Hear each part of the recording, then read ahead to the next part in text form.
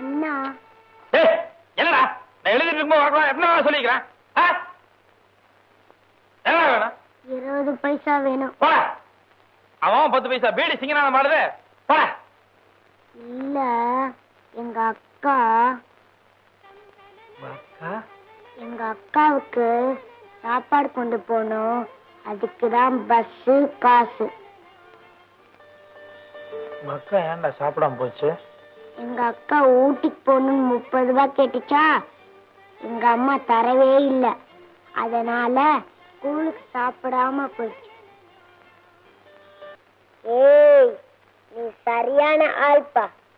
நான் 20 பைசா கேட்டா கத்தினையில எங்க அக்காவுக்கு மட்டும் 30 ரூபாய் திருடுறியா? சரி சரி, நான் உனக்கு 50 பைசாவே தர்றேன். ஆனா நான் திருநதை யாருக்கிட்டையும் சொல்லிடாத. சரி.